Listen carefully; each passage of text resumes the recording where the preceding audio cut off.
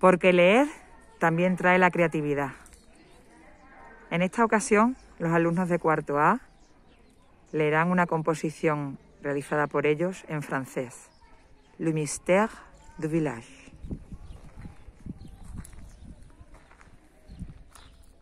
Dans la belle ville de la Parra, tout paraissait paisible. Un jour comme les autres, Paul, un garçon âgé de 16 ans, se promenait dans la ville éclairée par les lampadaires qui dominaient sur le vieux trottoir de la Parra. Cette ville avait connu une terrible histoire, celle de Marie González. Elle était une jeune fille à la beauté surprenante et qui la connaissait savait que son caractère n'était pas aussi bon qu'elle la laissait paraître. Elle a été assassinée par quelqu'un qui n'y avait laissé pour indice.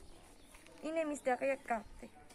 Tout a commencé en 1936, quand la guerre civile a éclaté. Pierre González, le père de Marie, était une personne combative et très forte. Et quand la guerre a commencé, il a tenté de lutter jusqu'à la fin, mais ça n'a pas été facile.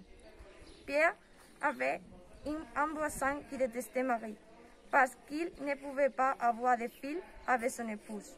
Et en plus, Marie était la parfaite fille. Quelques années plus tard, les voisins ont adopté un enfant plus espiègle, qui n'était pas un bon étudiant, et qui, à différence de Marie, Suleiman a apporté des problèmes à la famille. Par ce motif, la jalousie parmi les voisins, il était plutôt mauvais. Les affrontements continus entre les voisins ont également empêché leur fille de s'entendre, de sorte qu'à chaque fois qu'ils se voyaient, elles se battaient. Le temps s'est passé et la femme du voisin de Pierre est tombée enceinte. Oui, enceinte. Il ne savait pas comment, mais c'était un miracle.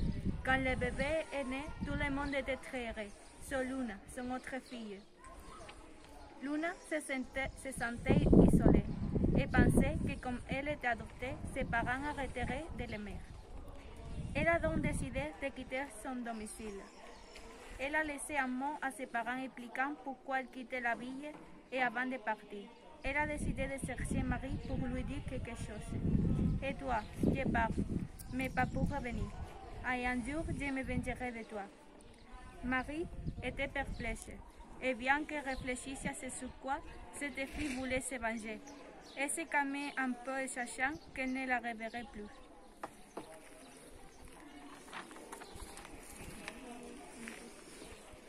Plusieurs mois plus tard, un après-midi, quand Marie était dans les jardins allongée sur l'herbe, elle a entendu un bruit chez ses voisins.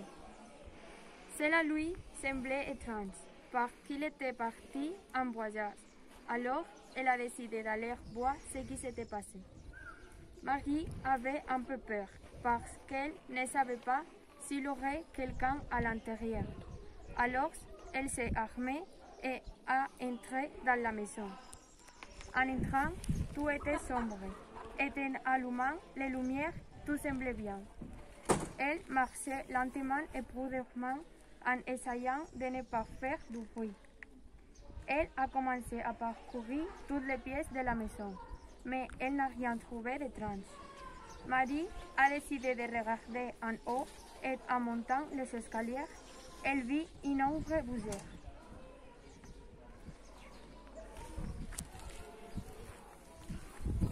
Cette ombre l'a laissée terrifiée, mais malgré ce qu'elle a vu, elle a continué.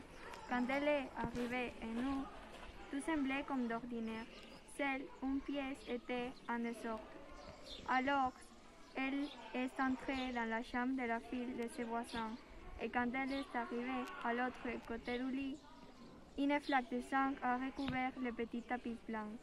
Soudain, elle a écouté quelques pas, et quand elle allait se retourner, quelqu'un lui a donné un fort coup qui l'a laissée inconsciente. 2 heures plus tard, elle s'est réveillée liée, jusqu'à ce qu'une voix familière l'appelait. C'était Luna. À ce moment-là, Marie est devenue pâle. Marie ne comprenait rien, mais elle savait qu'elle devait faire quelque chose si elle ne voulait pas mourir. Elle se levait du sol et a décidé de chercher où Luna était. Marie l'a trouvée dans la cuisine en préparant des gâteaux pour la très peut-être. Marie a pris du courage et avec un poêle, elle l'a battue.